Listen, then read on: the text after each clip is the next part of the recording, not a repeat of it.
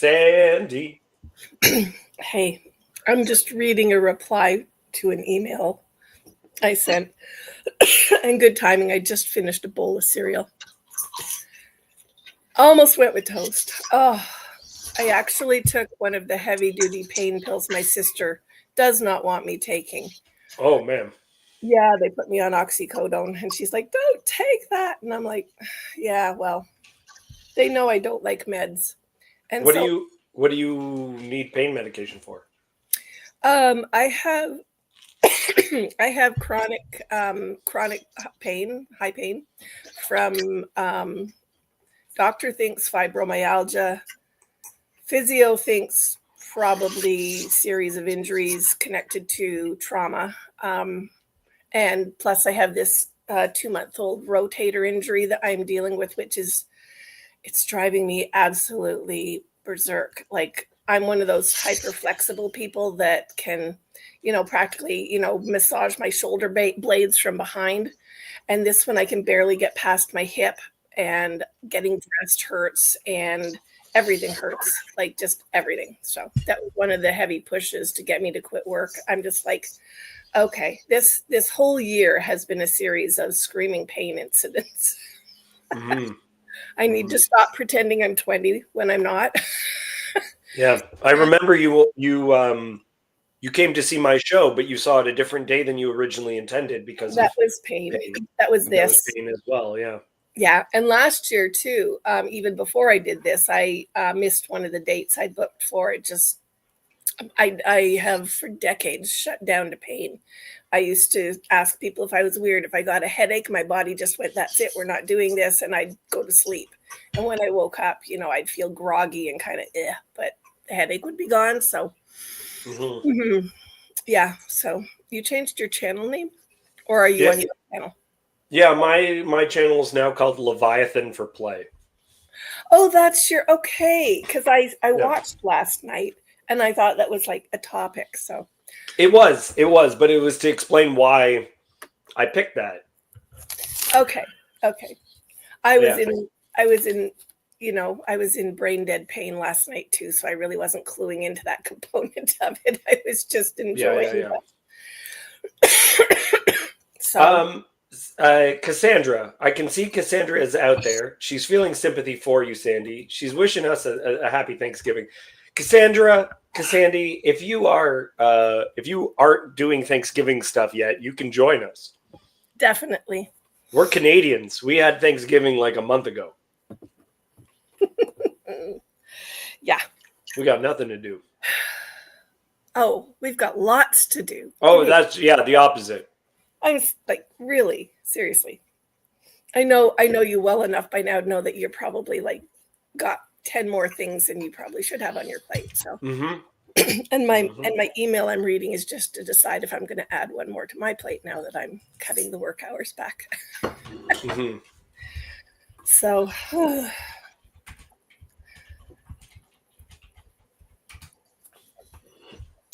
okay, so still in private chat. Let me slide over to comments. Yes. Cool. So I grew up in Windsor, and we had enough people worked in the States that American Thanksgiving was like commonly a day off for people. Nope. So when it was American Thanksgiving, because I like right on the border with Windsor, especially with auto, like people worked Chryslers or whatever. Oh, totally. Yeah, that makes complete sense for Windsor. But what that meant is that there's a bunch of we would never take Canadian Thanksgiving is on a Monday. We would never take the Monday as when we ate. We'd always take the Sunday, because if you took the Monday, there was a bunch of people who worked in the States who wouldn't be actually available. Right. And it was it's the opposite issue for this is you have a whole bunch of people, like when I was in high school, they get pulled out of school that day or whatever because family had the day off, and so they'd be doing something else. Yes. In my family, we just did it whenever was convenient through the Canadian week, Thanksgiving weekend. Monday was for travel, and so it was usually either Saturday, Sunday. depending on who is. And it used to be we didn't really have Black Friday over here. And so if you wanted Black Friday deals, you'd have to cross the border. Okay, I didn't remember that, but then I'm much more aware of Black Friday now that I'm working retail, and we're in, I think, week 3 of Black Friday. Basically, I think went from mid-October through to Christmas. So I'm pretty sure we're at least on week 3 of pre-Black Friday. So unless, yeah. It's too much. Oh, I love working, but yes. It's funny. It's funny when I think about it, because neither retail nor office was what I was intending to go into or trained for. I took university. I was supposed to, had I done what my art teacher wanted and made my mother promise, I should have gone to OCAD, but I ended up at Really? Yeah. But I'll confess, you know what? Now, if my mother would have been better at actually doing that side of the pushing me in the direction that I was intended to go, I probably could have. But I was really afraid of the concept of art is for, like, my concept was when I went down there, art is something you do for other people, therefore they're always your boss. Yeah, which is the opposite of the note I got back on my writers group email. Don't write for a specific press, write for yourself. And I'm like, yeah, so writing and art and art is something I've done since I was 10 or younger. It's and the good thing is I backed myself into the corner where the life I lived was exactly the issue I was afraid of. I've spent my entire life doing for others what others need me to do. Yeah. And then a little bit of office and retail on the side for income. So for art, I don't make it for anyone else. And it's interesting. It used to be that everyone would have art that they themselves made, right? Like, especially if you're reading like Jane Austen, like women all learned how to paint watercolors back in the day. And I was like, it costs a lot of money to pay someone to paint something. You paint something yourself. Figure it out. You know what I mean? And it would be much more personal as a result of that. I don't know if it's the particular decades that I grew up through. I'm not sure. Or if it's the family I grew up in, or work was very important. Going to be long. Yeah, I would. I discourage people from pursuing art for financial reasons. I do discourage people from doing that. Yeah. But I encourage people, like you saw my play, right? Like, I direct community theater. Everyone who was involved in that did what they did, volunteer. I've seen you in a play. I've seen the one you directed, and I've participated in the online. Oh, that's right. The reading of the one I wrote. Yes. All 3. So I've experienced all 3 variations of you in plays. That's it. Sandy, I hadn't even thought of that. Yeah. You've seen me as a writer, as an actor, and as a director. Yeah. Yeah. Which is wonderful. And I love the fact that you do art as well. Yeah, it's a newer thing. Is it? I do a lot of doodling. Everything that you see here is is in the So- last in the last 3 years. New house? Yes, yeah, we moved to Acton, if you remember. I know. I'm looking going, okay, so going to request a visit at some point, just saying. Oh my goodness, that's Yeah. beautiful. I love the colors. Yes. Yeah, it's the Ark of the Covenant, and it's all the colors that Yeah. would be associated with it. Your That is blues and your wonderful. purples and your Yeah. reds. Mostly I just trying to think. Mostly I just play. Oh, here. Ouch. Okay. Poetry book.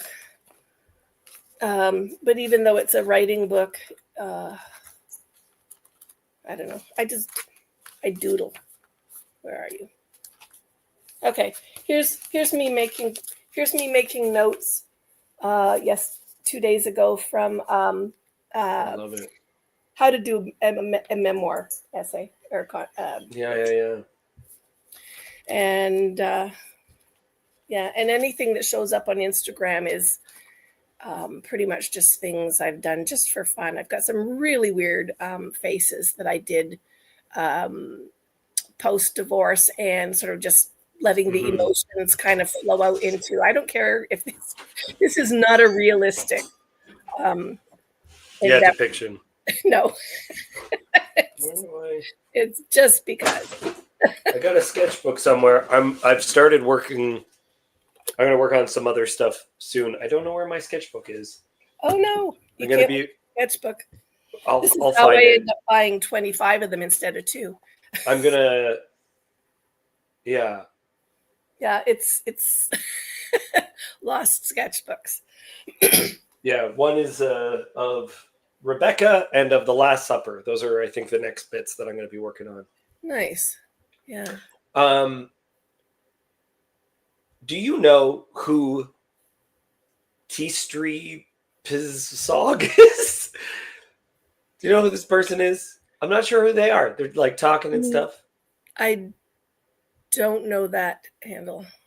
There is a number of people that I talk to when I find out their name and align it with how they identify. Okay, it is Teo. I was wondering if it was Teo. Like, Teo, yeah. Teo, come on, because you also aren't celebrating Thanksgiving. You're not celebrating Thanksgiving. You come with us. Also, this character, Peter Penrose Bach, says, Sandy, I want to hug you. David, I am intimidated by you, but I'd hug you in a heartbeat. I'm a hugger, and I'm Sandy. You've met me in person. Am I intimidating in person? Oh, I didn't share it. I didn't share the link. Oh, shame. No, I wouldn't say you're intimidating. You have moments you can be overwhelming, but that's not the same thing. Yes. Yeah. Everyone who watches this knows that I can be overwhelming. Please. Yeah. Won't let a man lurk in And peace. he is a hugger, but he also pays attention. So he's aware that I have pain places, and he's not one of those people that wraps you in this bear hug that makes your eyes roll over in the bottom of your head and tears flow because you're like, did you not hear me say shoulder injury? I've had people that I even had a minister once who saw us at a funeral, and I said that as we are standing up, and he still slammed his 6 foot something tall fist down onto my sore shoulder, and then realized what he had done because he was just like, one of those. Yeah. People no appreciation for that stuff. He looked horrified. I think nanosecond after he did it, he realized, oh no, I have, but I didn't let it. Yeah. Yeah, I try to be respectful, and I try not to hug women. What I mean is if I'm not on a more personal level, I just because I'm so extroverted, I only later in life realize that a lot of women, when men are talking to them, that it's because they're trying to sleep with them, and I'm like, I'm a little bit guarded for that reason, like not wanting people to think. I grew up in a family that you would fit into, like very easily. When my ex first met them, my cousin told me afterwards she was laughing because basically the entire family group was talking and he slowly backed into the corner. You know. Yeah. And I also have a few minister friends who simply buy. Well, and I know, like, same thing. Like when I went to Southeast Jewelry, it's like, like I count Joseph as a dear friend. No hugging. Same with a couple of my minister friends. It's a general rule. No hugging. Right. And Ron, that's important. The Copper Man. Aren't you American? Don't you have Thanksgiving? Oh, Canada. I just want to let you know the anointing of Thanksgiving, the overeating, the football watching, I bequeath it unto you. I impart it. Pray for those people watching football, Ron. Why? Well, Jack once told me. So, my partner Jack that I lost. Yeah. So Jack loves football. Jack was an assistant coach at one of our local universities, alongside his day job, and he was telling me once about a football party he got invited to, where the host, or rather hostess, planned everything with this big fancy meal that started exactly at game time. And he got in deep trouble from a number of the women in the group who, because he basically did he did it same as if he was at a buffet. He collected his stuff, took his plate, went to the living room and sat on the couch. Actually, Ron, just because of when you entered, you're like a charismatic guy, and sometimes they have like restrictions like that. Do you hug ladies? Is that a thing you do? Well, no, actually, I will now teach you church etiquette. There's this Christian side hug. Yeah, Christian side hug. Yeah. And actually, because my church has had a lot of scandals. I mean, dude, and so we're hyper. Just proper, you know what I mean? Like, yeah. If she's and like the young guys and the young girls, it's like you have old women looking at them like, boy, what you doing over there? So and also you just know I have such a small church, so everyone knows each other. It's pretty cool, It's like. You don't know someone, you give them a handshake before you give them the full, Yeah. But there are, so it's so that's it. It's just church proper etiquette, nothing too crazy. Here's a weird question for you. You say you've talked to Jesus. So I had a bunch of the old ladies in my church who used. I talk to him every morning. This is the other voices I don't like, but. Sorry. Yeah, no, that's great. Yeah, don't talk back to those ones. I had a bunch of the old ladies in my church used to say to me about my oldest, Jacob, who's the one in the group home. Could you ask Jacob if I can hug him? I can't help it. Every time I look at Jacob, I see Jesus, and I really want to hug him. So what pops to mind is, do you think Jesus was a hugger? Oh, yeah. Dude, Jesus was like Italian. He's like, I love you. I really wanted Andrew to come on either eating a bowl of stuffing, like overflowing, like a mound, or like full turkey leg, like it's Disneyland. Did you have to work last night, Andrew? I worked in the morning. Through the morning, yeah. Mm-hmm. Are you giving thanks today? Something like that. Give thanks with a grateful heart.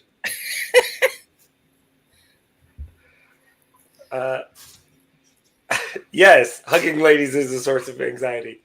The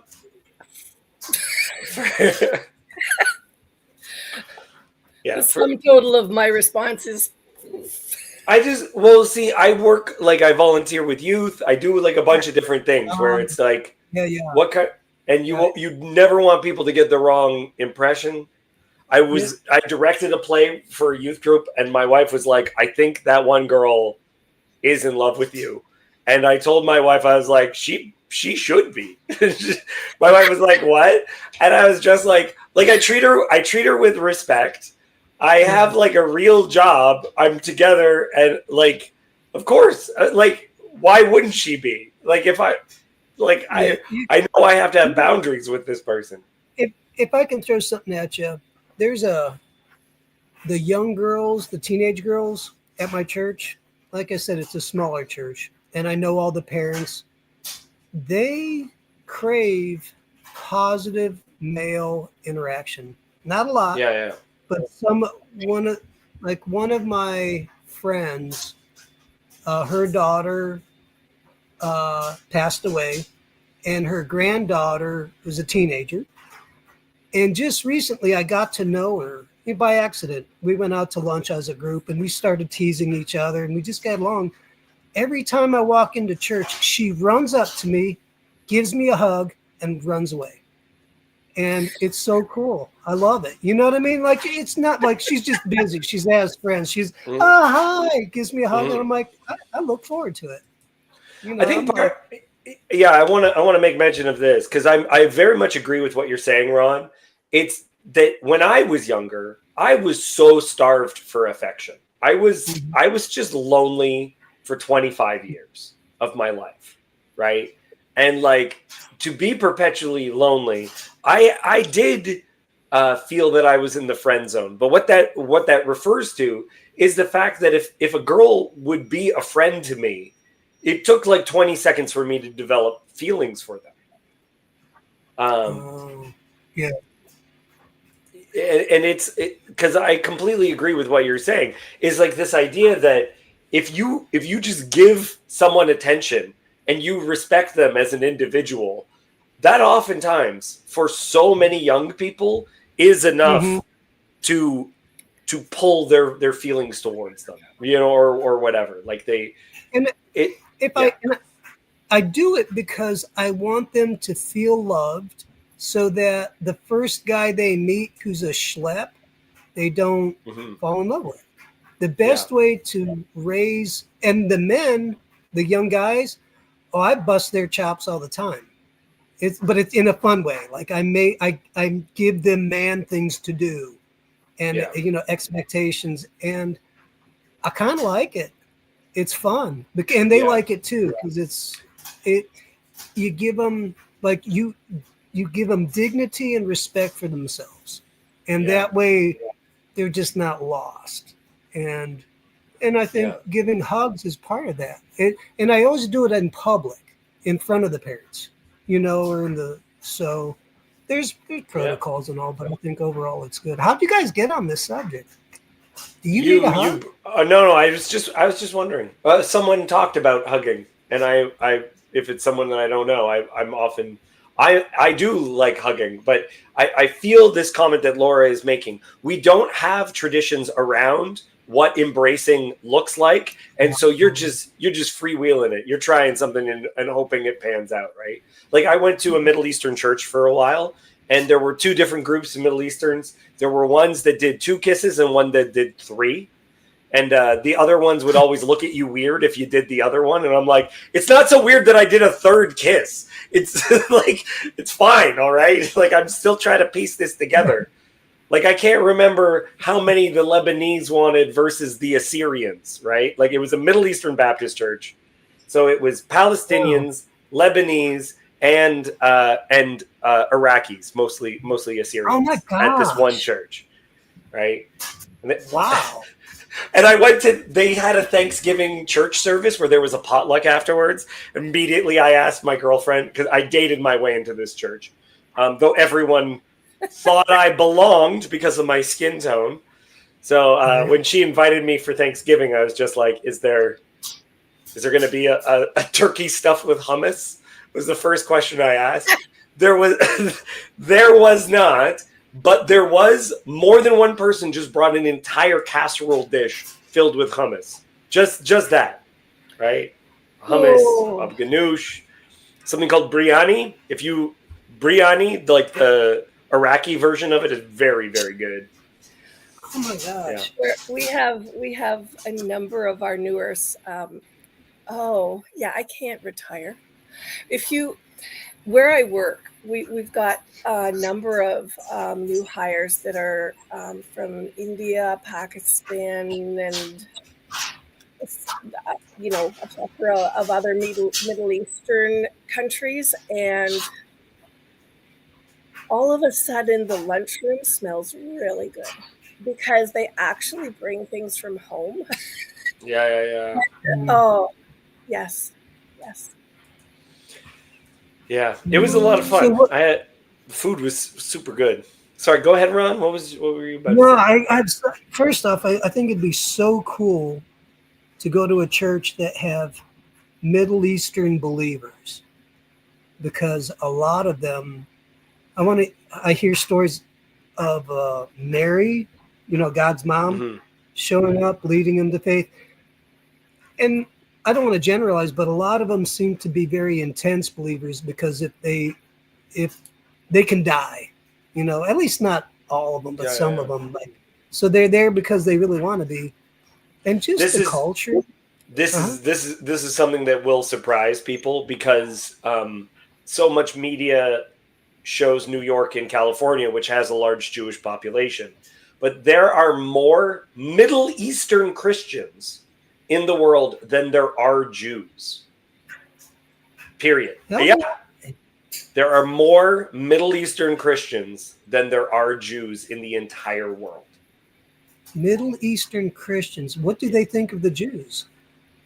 Well, it's a variety of opinions. We'll just say that. Well, when I was going to that church, man, I heard a lot of theories about the Jews. I'll just say that, especially, yeah.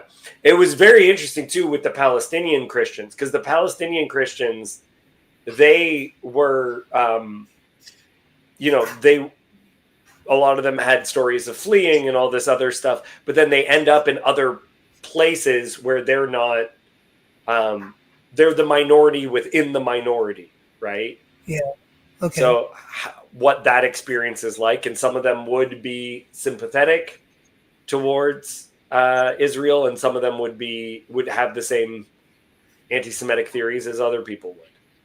But even to meet one that was not anti-Semitic, to me would be a UFO in a good way. So, and then there's the food. Michael Sartori. Whose skull is that behind you? Can I see that skull? Can you bring it forward? Hold it up. It's a styrofoam skull. Okay. And it was actually like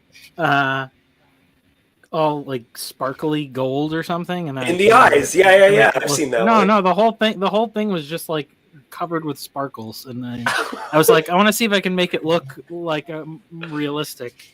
So that was the fun project, was to make it look great. more. And with the books behind you, right? Like it just, you look like a man of culture. Yep. This one little 4-foot square of my house looks that way. Mm-hmm. Yep. Wow, that really killed the conversation. No, Michael, this guy. Yeah. So, happy Thanksgiving, my friend. thank you. Yeah. Saw Skankenstein yesterday.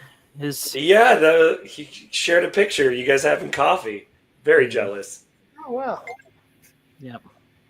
You live He's on the tall. West Coast? No, I'm in San Antonio. His brother lives here, so he's visiting for Thanksgiving. So yeah. Mm-hmm. Nice. Well, if you see him, tell him I said hi.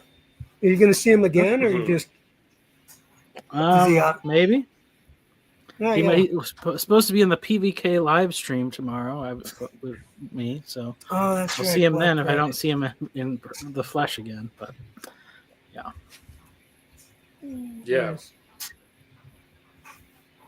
So you got your family getting to? Oh, I'm sorry, Dave. It looked like you're going to say something. No, Yeah. what do you do for Thanksgiving? Like, I don't. Do you just do the turkey and all that other business? Do you? What are we talking about? You asking me? Yeah, I mean, Well, you're. we usually have pasta to I start. was gonna say, do you? Is it? Yeah, we have pasta. Like we do a soup, cappelletti, Yeah. and that's the. I mean, it's the first course, but everybody usually has like seconds or thirds, and then we just pick at all the other Thanksgiving, the regular traditional foods after that. But so. But That's it's beautiful. good. Yeah. I think it. I wasn't sure with your Italian family, with your Jewish wife. Yeah, she usually brings a potato recipe that was like her grandmother's, but it's a pretty like Midwestern casserole-y kind of thing. Yeah. So, It's good. Cappelletti, though, that's a good soup. That's a good pasta. yeah. So, David, what do you do for Thanksgiving? You got a different. Yeah, so it was a month ago, and for me, and my family, like my side of the family, is all the way in Windsor, which is a 3.5-hour drive for me. But my wife's side of the family is only 45 minutes away. So we always get together with that side of the family for Thanksgiving, and it was really nice. You're in Canada, right? Yeah, that's right. Oh, you, Sandy. So, what do you think about us doing all this? Like, what's your perspective? Is it just like turkey and football?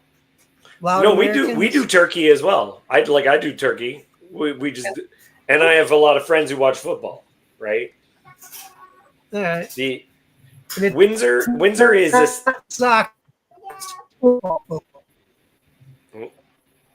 Ron. We lost you for a moment. I'm just goofing. No, it's all right. We lost you for a Oh, you moment. lost. Oh, okay. Here, I'll do this. This will help. Okay. Yeah, Windsor is basically just an American city. So that's how I grew up.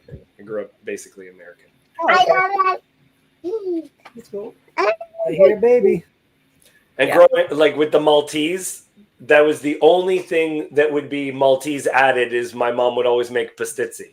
So we had all the like turkey, mashed potatoes, stuffing, all that good stuff, except we would also have pastizzi, which is a delicious pastry. If there's a Maltese bakery, then try it. Okay. Does it have nuts in it? I die with it. If I do. No, ricotta cheese.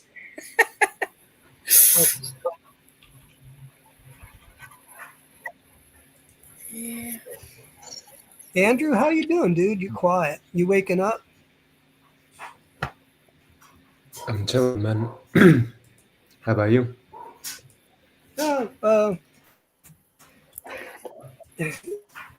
Folding laundry, getting ready to go over to friend's house to do Thanksgiving. It's been a good one. Mhm. Oh, Good. it's good. Okay. This is my culture. This is the extent of my culture. Oh, nice.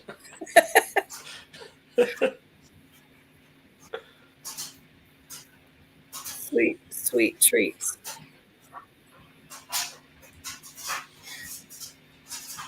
David, are you Orthodox or what are you? Are you? No. I don't mean to be rude. No, I'm what am I, Sandy? I'm a Messianic Noahide, I guess. I just go to basically a Baptist church, though. But I'm a silly. I'm Jew. I know you're Jewish. I'm a goy that does Passover. I don't know what to tell you. That's awesome. I love it. That does Passover for Jesus. Right. Yeah. Yeah. No, I got Yeah. it. We should do one. We should do a TLC one. Would you do that? That'd be fun. I mean, I think it would be so much fun to offend all of my Jewish friends at once. It'd be so nice. Yeah. Oh, I'm in. I would Okay, love it. so is that I'm totally getting what you're saying, and I'm going, so is that a Canadian way of showing love to your friends, or is that because I'm like, yeah, my family, we would do that. It's like Yeah. being irritating is a sign of affection if you catch it the right way in the That's right very moment. Jewish. Yeah. That's- Yeah, no, that's- it's true. that's It's true. interesting. And I've been very, like, Jacob has been very, very open and nice to me. Like, I just think people just don't understand Jacob if they think that he's mean. I don't think he's mean. No, I think he's agree, I ornery. agree. He's ornery, but I Yeah. don't think he's mean at all. He's been very He's not kind to mean. me. Jacob's not Did you mean. know what's that, Sandy? Jacob is not mean. Yeah, No. that's what I'm saying. But the first time I met him, I told him I was a Messianic Jew. He goes, "You're not Jewish," and I'm like, "What?" Dude, it was like getting sucker punched right in the face. I'm like, Yeah. then he's like, and then I really felt vulnerable for a second, like I'm getting attacked. And then I looked at him, I listened to him, and I'm like, oh, that's just who he is. I ran into one of his axioms or his frame or whatever you want to call it. But after that, once I realized that's what he's always going to say, it's nothing personal, I'm like, Mhm. actually, yeah, I think he's a very nice guy. And I like Yeah. him. I do. It's a weird relationship. I'm like, I don't know. Yeah. What? So you're a Noah Hyde? Noah's Hyde? I think it's a good way of saying it. Is essentially through Christianity, I learned about the God of Israel, and I've through that feel a connection to Jewish traditions and Jewish laws as well, and seeing the beauty in them, and believe that some of that beauty you only experience by doing. Mm. That was part of it. Enough so that I think I even told Jacob this before, because Jacob is like passionate about Jews who are secular re-engaging with Jewish traditions. And I think I did. I told Jacob that, like, look, between me and Jacob, it was me more than Jacob who had an influence on Michael's Jewish wife and Jewish children practicing Passover at least one year. Where me and Michael talked, and I walked through a bunch of the traditions I remember you did with your kids, right? Yes. I mean, it's I don't know. It's kind of fun. I kind of go like, well, I kind of feel like this is just like going back towards it turns into a Last Supper kind of a thing, more or less. Like, I mean, I guess it's maybe the way of just Thanksgiving being a great example of how, like, a holiday in, like, theory versus in practice, will always have these different permutations, and I think that the most important thing is the spirit of it, and if certain things maybe if practicing it perfectly becomes difficult, it's better to practice it imperfectly rather than to not practice it at all. So, yeah.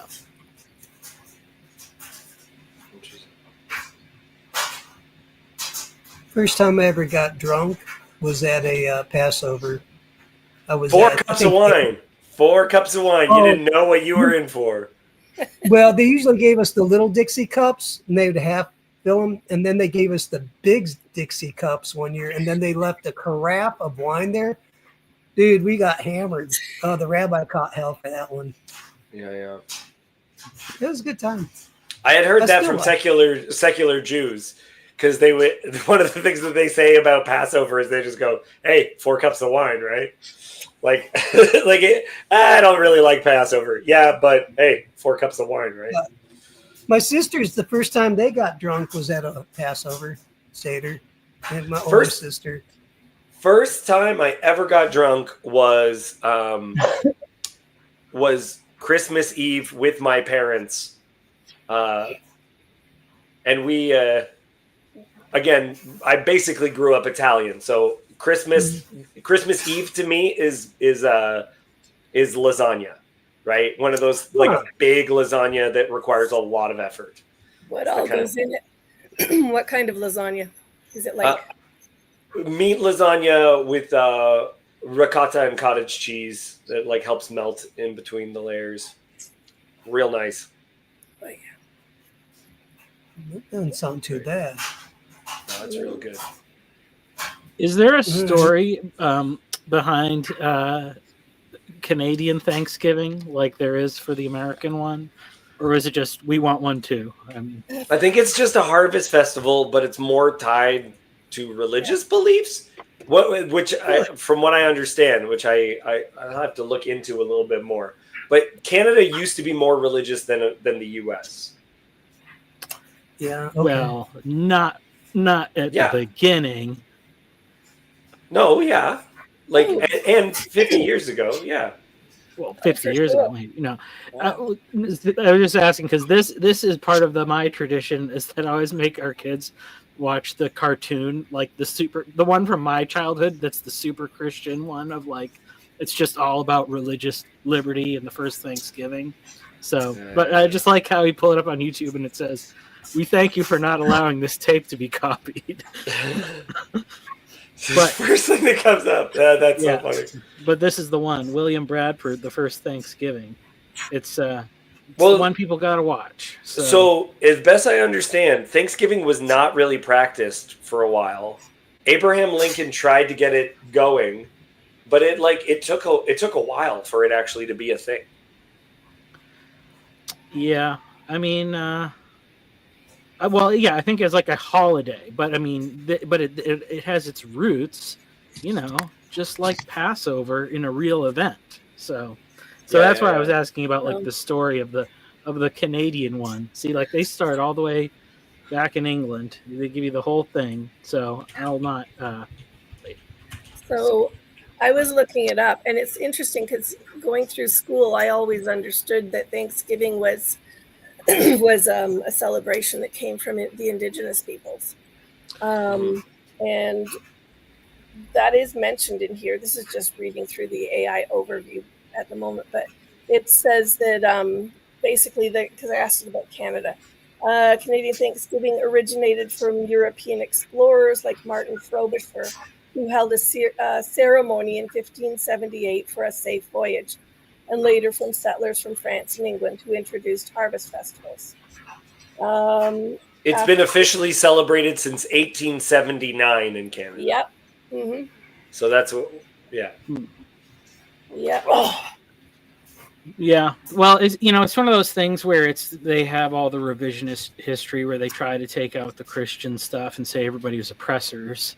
But the really interesting story for the one that starts in Massachusetts, and of course that's where I'm from. So that was like the local. It was our local heritage. Like we had the pasta, but we were from New England, so it was like we would go down to Plymouth Plantation, and you can see all the reenactors and everything. Right. The way they do it. But okay, I gotta go. Well. That's funny because Grim just said, "How is he not busy?" And then he just leaves. That's so good. It's so good.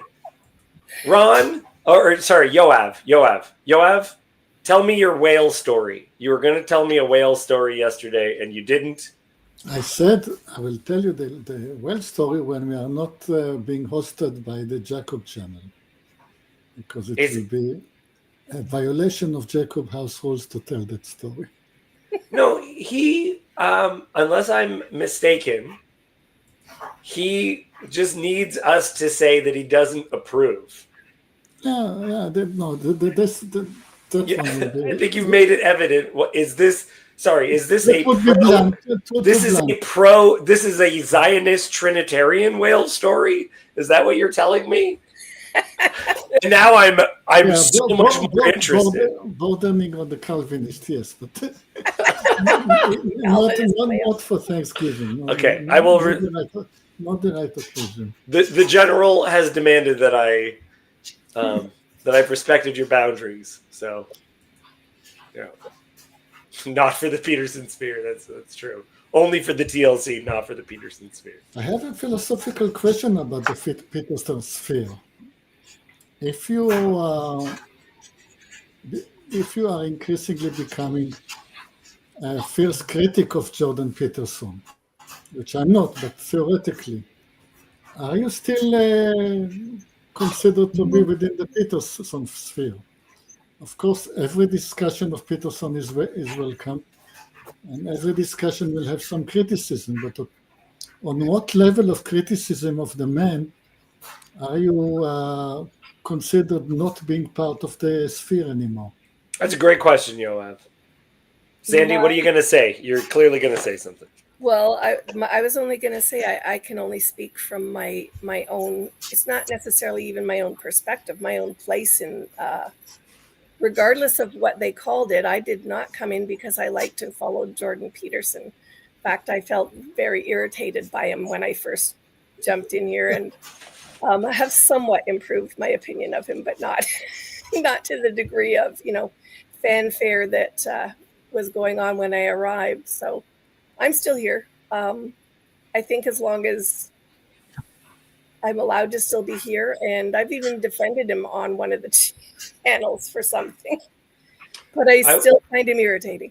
Yeah. I would say Estuary is a better name than Peterson. Like as to what is the connection for people, because it is strange bedfellows, and I'd say there'd be more people who would engage in Peterson's ideas but not actually agree with him.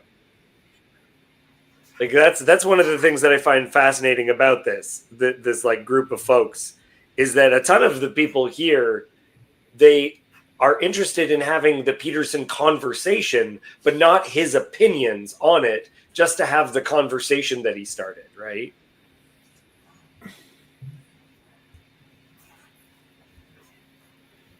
Fine.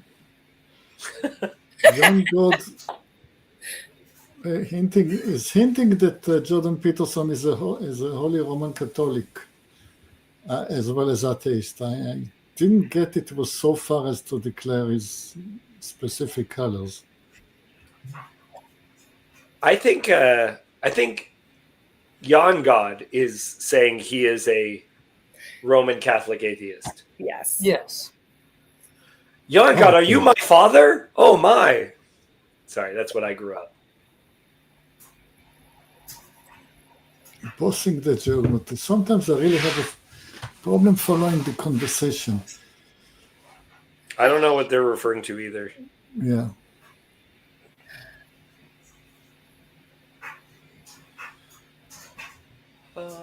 Okay, it's the Jordan Peterson methodology, not the opinion. Okay, we can accept that.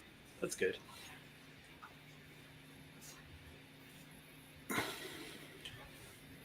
Yoav, do you have something that you'd like to share with us? Did you come on for a particular reason, or just because you knew that Bible study was canceled today? All stories. No particular reason. If you really want me to share something, I just came back from the opera. Oh. Whoa. And actually, they were giving a concert of modern interpretation on top of Bach. Okay. And Bach has wrote a lot of religious music to Christian religious words. Mm-hmm. So they brought on a choir on stage, and they wanted to sing some of Bach's famous chorales. They had to change the words. You cannot sing, actually, Jesus is my delight. People understand. I mean, nobody in the audience will actually understand what you're talking about. So first I translate it into Hebrew, And then they inserted. They had to actually, if you writing religious music texts all anew, and you actually believe in nothing, then what do you write? There's something like on the lines that beauty is good and good is beautiful and war is bad and human beings are spoiling the earth. And that's what the depth of the text presented. Yeah. That's my report of my evening today. Did they sing anything at all that said, "This is my delight," or was it all human? Well, I delight in beauty and Okay. and in the good. Well, that's fast. Did you see the Northman by any chance? The Norseman or Northman? I can't remember. It's Hamlet, but it's Hamlet in Viking era. So his name is Amlet, and they actually sometimes they speak Scandinavian in it, and before they go into battle, they will like rev themselves up to be like wolves, and it gets into their religion. So as the guy is dying, he sees a Valkyrie coming to ride like on a horse to ride him into Valhalla, right? And it's not something I agree with, but I feel it. I feel like it's true when I'm watching that movie. You know what I mean? Like, even if you don't have to believe it to honor someone else's belief system and to feel something incredible from that. Maybe. Okay, SOG asked who did they replace with Jesus? Jesus with. So the text was going, okay, the first person singer was all miffed about humanity destroying the earth and about wars and suffering. And he was looking for some source of hope. Mm-hmm. And suddenly a stork is landing on his head. Oh. And I thought this can end very unpleasantly, but in the song, she gave him a lot of hope, and then she flew away. And her flying into the blue sky was very symbolic of nothing. Deeply symbolic of nothing. Oh, that's something. That's one of the things I go crazy watching movies where they're doing things because it's like cool. Like, I have a friend who's an artist, and I don't understand their art like at all, and neither do they. They're it's not for anything, right? They're just obsessed with certain things, and then they do the things that they're obsessed with, and I don't get it, and they can't get anyone to buy it either. Right, and it's just like, yeah, well, I mean, this is meaningless. It's about nothing. Trash. Sorry. When I wow, is that a woke opera or I'm not trying to be mean or not going as far as woke, but the name of the orchestra was the Orchestra of the Revolution. This is just the name they always go by. It's the Orchestra of the Revolution. And Yoav, I got something for you. So when I was little, I remember some of my friends were in the camps during World War II, and then the Israeli orchestra played Wagner one time, and a lot of people came unglued. You know, they were ticked. And so I kind of feel like when I hear your story about them sanitizing stuff and changing it, it's like, I don't know what to make of it sometimes. I don't know about a Israeli orchestra. It's not. Play Wagner. It's not every day that we play Wagner in Israel. It's quite Right. not the Yeah. not the practice. Right. No. I got you. Maybe it wasn't in Israel. Maybe it was in New York or something. I just Yeah, but still, an remember Israeli orchestra. And I'm sorry. I'm not trying to. Yeah. Anyway, I got playing you. Wagner is a I'm not profession sure- on itself. You have to get the right trumpets. There are the Wagner trumpets that are different than usual instruments. You have to be into the profession of playing Wagner.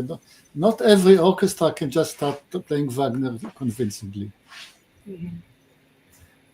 I think what I was going for is just if they can play Wagner, and they did, then why couldn't you? If you're gonna sing a song that's about Jesus, why do you have to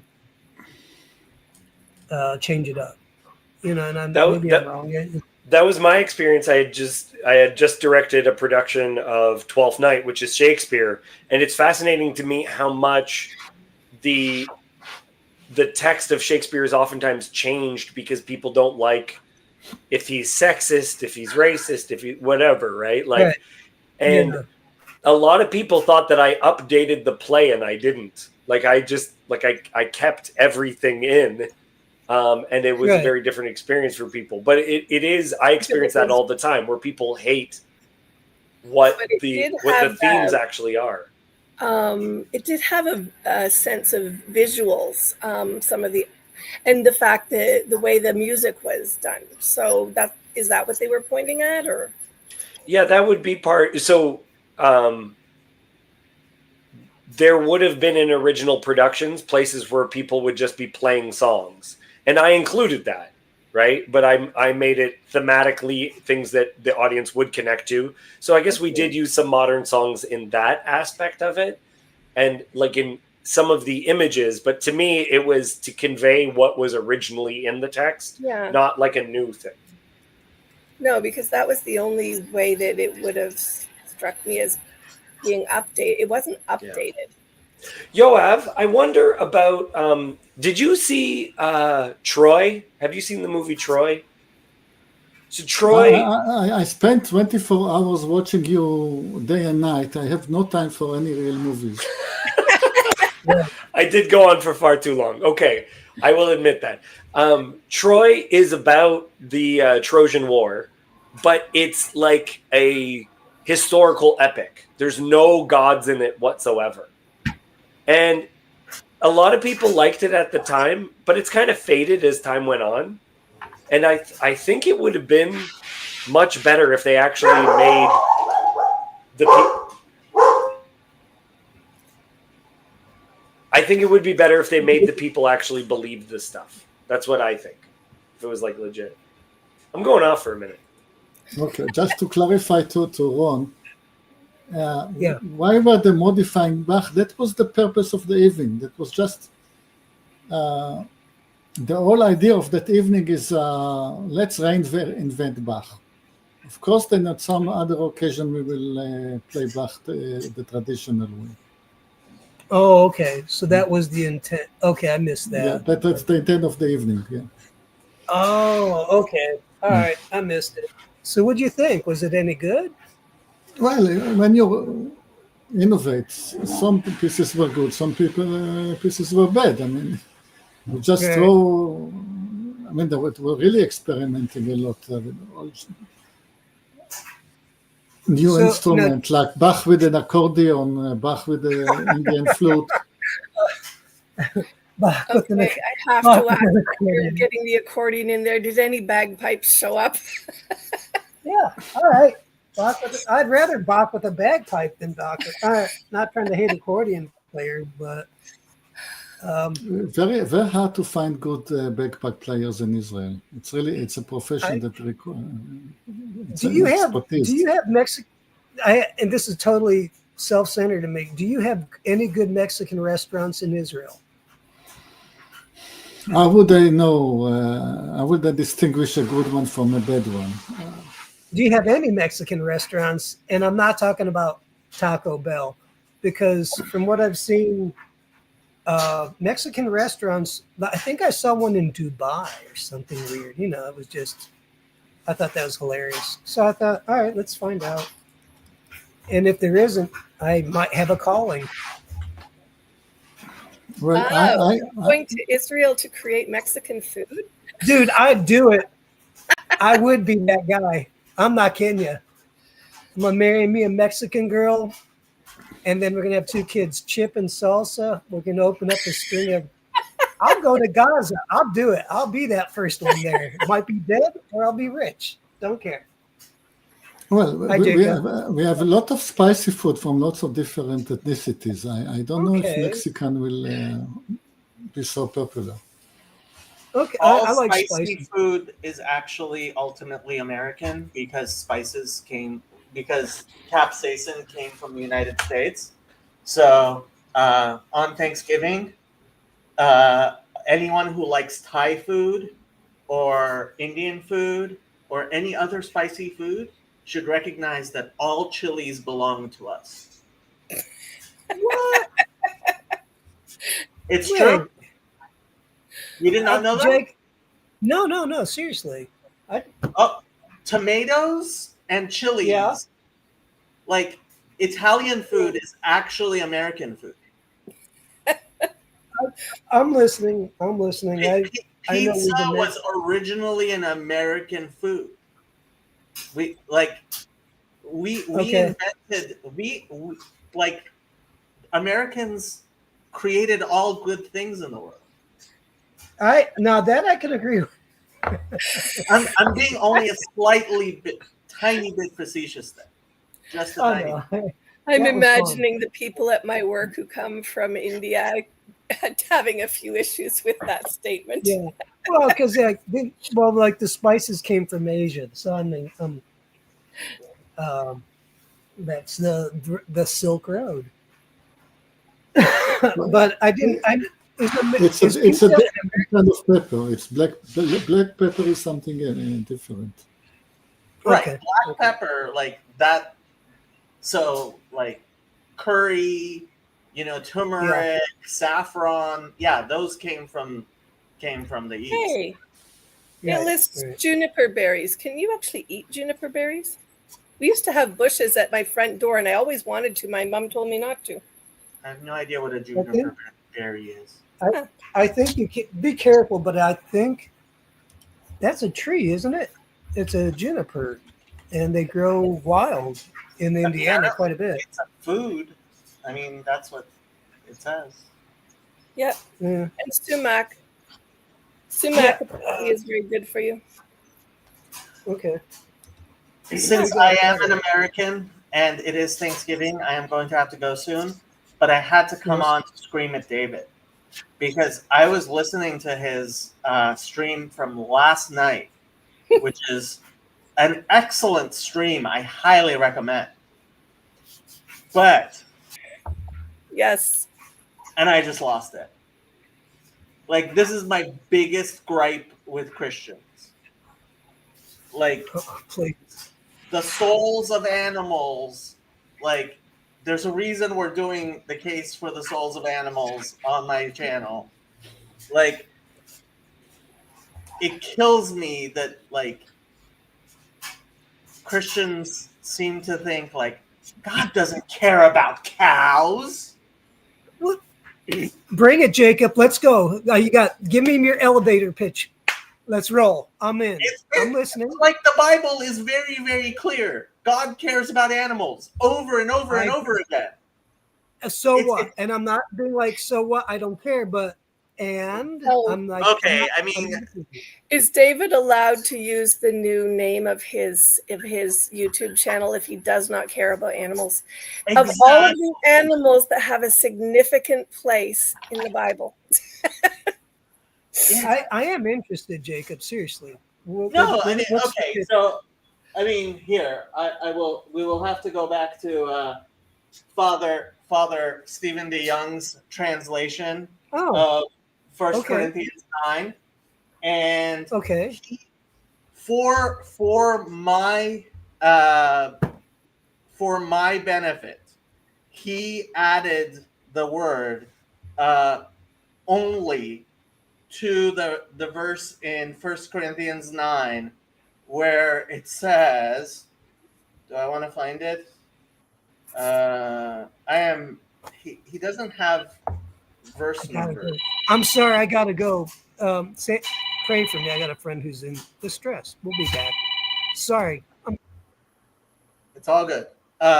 Where he says, does God care about animals? Asking a rhetorical question, and his obvious understanding is no, which I completely and utterly disagree with. And Father Stephen added the word only just for my sake. Does God care only about animals? Yeah, so I was listening and it's like, yes, God cares about cows. Get over it. And you don't have to feel bad about eating animals as long as you're doing it for the right reasons. Okay, I'm done complaining. I would like Jacob, I'd like you to sometime do a book review thing where we get to see more of the books you're reading. You have some amazing books.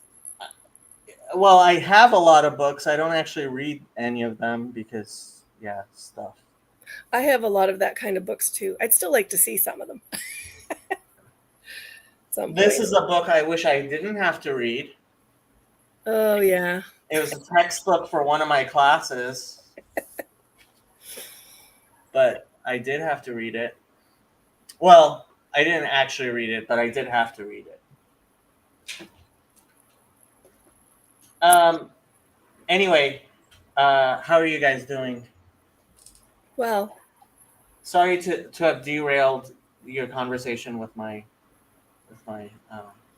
actually, David left to go, I think, look after something with his dog.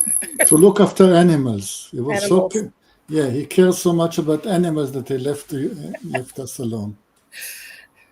I actually probably should go and prepare for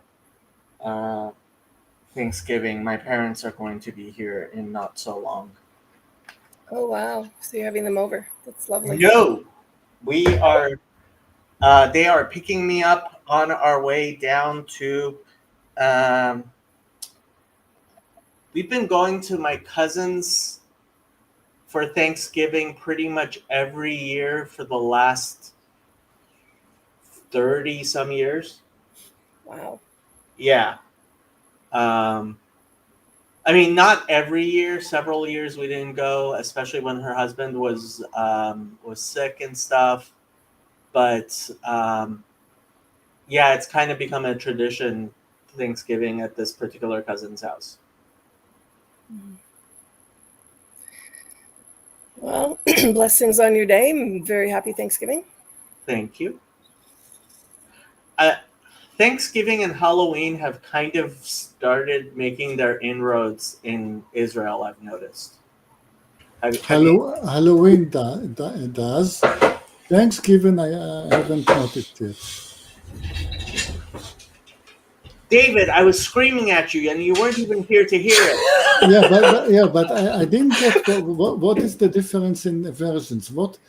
How does his version to the end of Jonah differs from yours? Oh, well, he's like, I agree that Jonah has comic elements to it. I just don't think Varav Behema is part of the comedy there. Mm-hmm. I think people forget that the Israelites were a pastoral people who generally disliked hunting and disliked cruelty to animals, etc. And so people are often surprised. And that is a huge kitty cat. People are often surprised at how much the Hebrew Bible talks lovingly of Of Behemoth. Yeah. Of all sorts of animals. Yeah. And yeah. I think that was Paul's surprise. He wasn't used to Jewish culture. I do think that it's funny to me how it has such a hard ending, Jonah. What do you mean? It's and also cows is the end of the book. Yes, well, that's what I came to scream at you about. Yes. I was listening to your stream last night, which I highly recommend to everyone. But like, I knew you were streaming right now, but I was like, am I going to listen to last night? Because I don't have time. Frankly, I have to go right now. But I don't have time to listen to everything. I'm like, oh, last night's stream just was on. Today he's streaming. I can listen to last night's stream at 1.5. So I was listening to that while you guys were going. Mm-hmm. And then you started talking about the ending. And I was like, now I have to go on live and scream at him. But just how I feel about the ending, because we've talked before about it. You like my little bit about him upset in his booth. Right. Yeah, no, I definitely think Jonah is a more comic figure. And I 100% agree with you. Like, I have said so many times to Christians, the Bible has a lot of puns in it, and they thought I was joking. No, yeah. And it's like, no. When you read the Bible in Hebrew, like, the puns are regular and over again. Like, you can't miss it, right? And so I totally agree that there are comic elements to Jonah. It's just, I don't think the last line is that. Well, there even became the expression "pardon the pun," was because people thought that it was bad if you did cheeky, clever little bits like that. And it's the ancient world, not just ancient Hebrew, but ancient world in general, even like Shakespeare and whatnot, love puns. And they love throwing in little jokes that are there if you're looking for them. Right? Every time Pajot goes on his rant about Jesus never laughing, I'm like, this is how you know Christians like have completely abandoned the God of the Bible. Like, once your God doesn't laugh, you're not talking about the Hebrew God anymore. Yeah, and we have multiple references of Hashem laughing. So if you're a Christian and you think he's Hashem, or you think he's a person, I just don't understand why you wouldn't think that he laughs. Something both people and Hashem do in the Bible. Well, I mean, what can I say? Yoav, you're thinking. Always.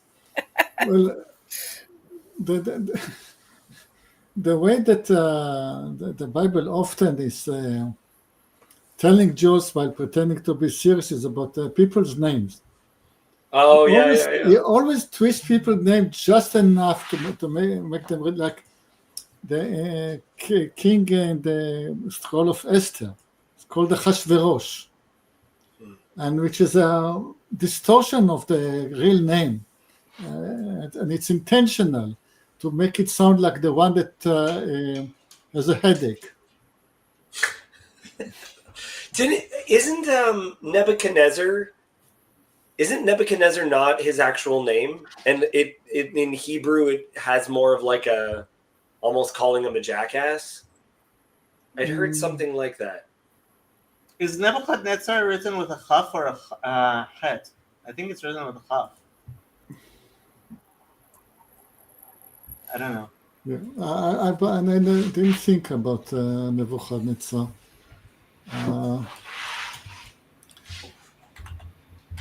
I mean, if you're going to make fun of him in Hebrew, you would definitely write Nebuchadnezzar with a het, not with a chaf. And if I remember correctly, it's actually written with a. Why so? Navuch. Okay. Navuch with a kaf. With a No, Nebuch is like somebody more. Yeah, Nebuch is Het, but Navoch is Kaf. What's Nabuch? What's yeah, it is written with a Kaf. Okay, Moreh Nevochim is the Kaf. Oh, it is with a. Oh, I thought it was with a Het. Okay, so yeah, it is written with a Kaf, and it is like Nabuch, right? Nabuch means confused. Yeah. So yeah, Nebuchadnezzar. Yeah, it means confuse the bridges, kind of. Yeah, that's funny. Yeah, well, we even talked about it every now and then. I think it makes points with the names of children, right? Like I've said this before that Gideon in the Book of Judges refuses to be made king. They want to make him king, and he says, "No, I won't be king." And then we meet his son, and his son is "My father is king." Right? That's his son's name is Avimelech, right? Yeah. Avimelech means my father is king. Yeah. So, like, in Hebrew, that's definitely to me like a pun or a joke. Either this guy was claiming relationship to his father in order to give himself legitimacy, or Gideon wasn't quite as humble as he was pretending. Why would you guys think I could be king?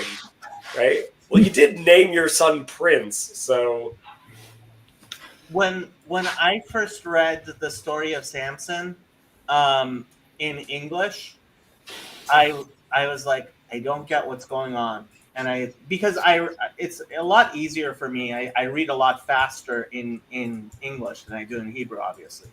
So I switched to the Hebrew, and I was like, oh, okay, like all of these riddles and all of these things, like there's all kinds of word plays there that make sense. I don't understand how you find the story of Samson relatable, like in English. that's because you never have been into a girl that was trying to propose bondage. That's why, Jacob. That's part of that story, right? Ron's like, what is wrong with David here? I came back at the right time. Okay, if I don't go, my mom will kill me, and that's a sin. I don't want to cause her to sin. Bye. That's a good point. Bye, Jacob. Happy Thanksgiving. Happy Thanksgiving, my friend.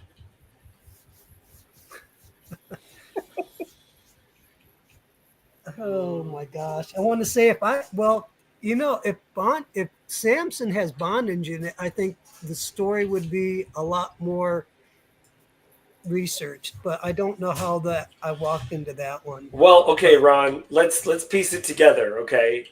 First, I'm joking. he has interactions Yeah, with. He has one of his relationships is with a prostitute. Oh my gosh, you're right. I'm so sorry. And then he has another relationship with a foreign woman, breaks his mother's heart. Right. And that foreign woman says, hey, how about I tie you up? How would I do that? And he goes, Wow. oh, of course. Dude, it's been right in front of me the whole time, and I didn't see it. And thank you. I will now believe. What's that about, Ron? If a romantic partner wants to do that, what does that mean? Wow, it's like ever since I stopped smoking pot, I'm not as suspicious about stuff. So you're right. My bad. I don't smoke pot, but I think these Philistines are a bad influence on the youth. it's true. Yeah. I just had to come in to say, yeah, the whole thing with Samson is you have to be married to realize, like, if your wife keeps saying, if you really love me, you'd let me kill you. And then you're finally going to be like, fine, I'll let you kill me if we can stop arguing about this. I like that, actually. That's an excellent interpretation. Yeah.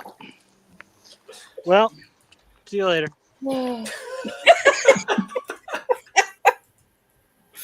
Incredible guys.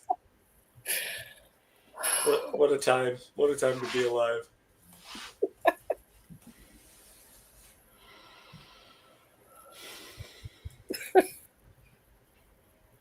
What is going on over there? You're sighing. Yeah, I'm trying to remember where we came from, and we came from. We were briefly discussing spicy food, and I was trying to remember: is there any spicy food is mentioned in the Bible? And it's always sounds very bland. Like, There have to be spices in the Bible somewhere. yeah, but I cannot remember. I cannot remember any reference to. There is the story about Amnon and Tamar, and that involves cooking. And I interpret the story as being about soup with dumplings, but there's no mention of the spices. Do you count herbs? Like, there's clearly bitter herbs. There's, speaking of garlic and onions. Oh yeah, garlic and onions. Yeah, that's a lot of. Mhm. From those families, you get things like chives and things of that matter. But like spices, they didn't even exist until we find the New World, Yeah. right? There's certain kinds of cuisine that I can't imagine without peppers.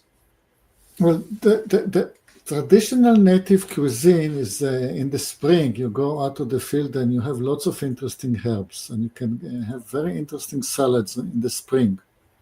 Mm-hmm. And in the summer, you just basically eat dust.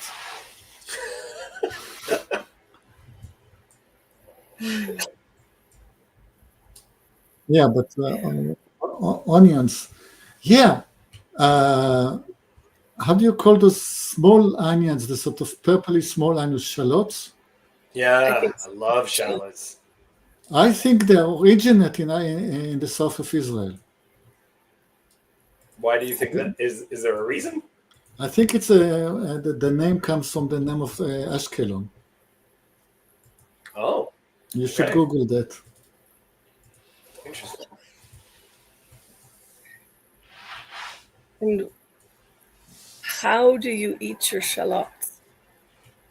Or Well, we will have them in the supermarket, but it's not part of the traditional cuisine. But we like our salads, fresh vegetable salad with a little bit of fresh onion. That's the tradition. So the staple of the common folk will be honey when you can get it, and fried onions if you cannot get it. And the saying in Arabic would be Yom Asal, Yom Basal. One day honey, one day onion.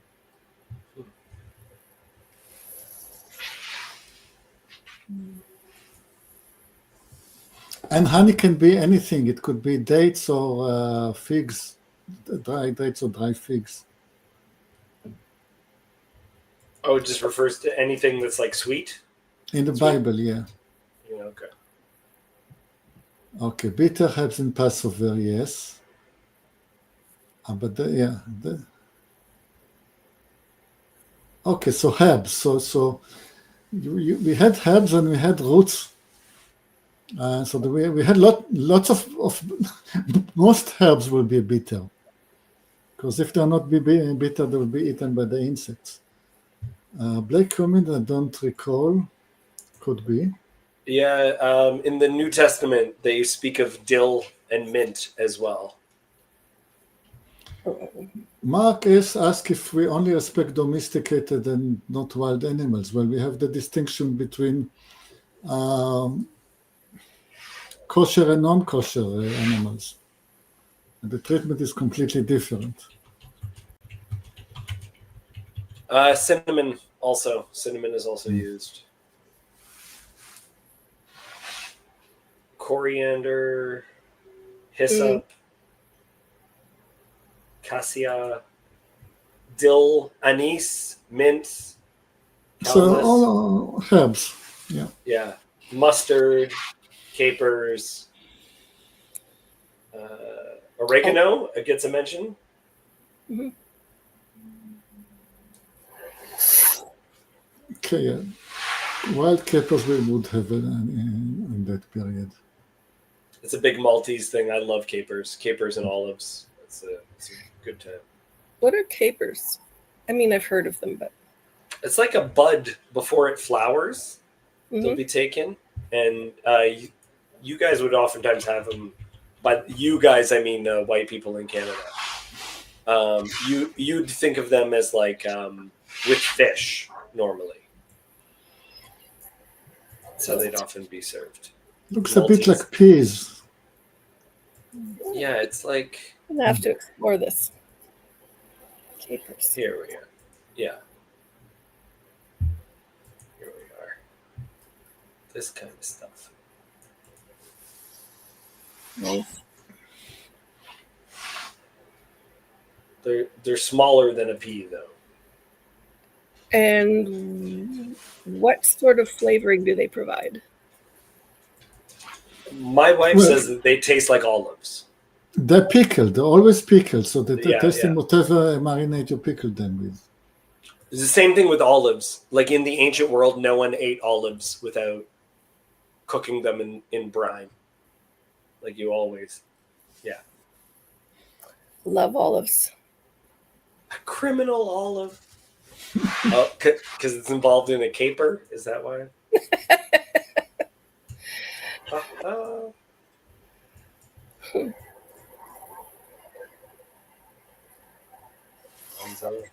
Ron is back. Good to have you back. Thanks. I have a friend who's just dealing with a daughter. And it's not bad, but if you guys say a prayer for my friend, I'm not even going to use any names. It's a young girl who's just going through distress. And she's going to go to a treatment center. Happy about it. Good. Nobody's dead. We can do this. That's good. Yeah. So what you guys talking about? Where are we at? I Food. miss food. We're talking about capers. What is a caper? We just missed it. It's a bud. You eat it on fish. You would eat it on fish. I eat it on everything. And it always comes marinated. All right. If it's marinated, you can just eat it right out of the jar. They're good. All right. Like a sardine kind of a thing. I can look it up. I should just Google it. It's I was just showing images. I'll show them again. All right. I am now interested in them. I've heard of them, but Do you like olives, Sandy? I love olives. Okay. Ooh, I have to confess, I have at times been known to actually drink the brine out of the jar when the olives are getting too low. so That's what a dirty martini is, right? Is throwing a little olive juice into there. really? Okay. Oh. Yeah. All right. I thought it was What just a- the olive. Drinker, so I've never had a martini. One of Did my not- one of my favorite ways of cooking chicken is you hold on to your brine after you eaten a jar of pickles, Yeah. and you soak them in pickle juice. Like you soak your chicken in pickle juice for 24 hours before you cook it. Really? Oh, It's I've so had good. an almost empty jar of pickles. what Do does it. that do? Because my mom would soak chicken in Italian dressing, Right. So and the acidic and the salt, it's Yeah. it's going to give the meat a completely different texture. It's going to hold on to moisture better, especially your white meat. Like you really taste the difference in white meat, and it also gives it a flavor. Right? It's a flavorful, salty liquid. It's a perfect brine. can you do Young- that with turkey? Sorry, Joseph, go ahead. Sorry. Imagine Yeah. you could. Young God, who was using oregano on what doors and when? I don't get your comment. Is he thinking of the hyssop? The blood on the doors with the hyssop? Yeah, I wasn't aware.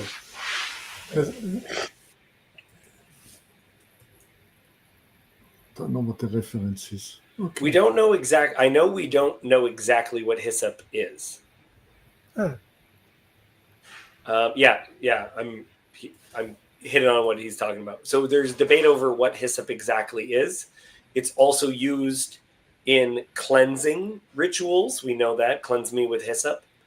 And so sometimes it's considered to be like an incense or a variety of things. Get identified here. An incense? Okay. Well, like, is it a smudging situation? I don't know if you know what smudging is. Like Native American fanning? Yeah. Okay. Yeah. Huh. Incense sometimes would be used in similar fashion. It's debated. This is deeply debated things. Yes, oregano smells good. Okay, I actually have to get going. I'm going to get going. Okay. This was a good stream. I had a fun time. I'm glad that people jumped in. It was fun. That's why pizza smells like pizza. Okay, I love you guys. Thank you, Sandy, for being open to this. Thank you, everyone else, for coming out. Bye. Later, Had a guys. great time. Bye. And praying for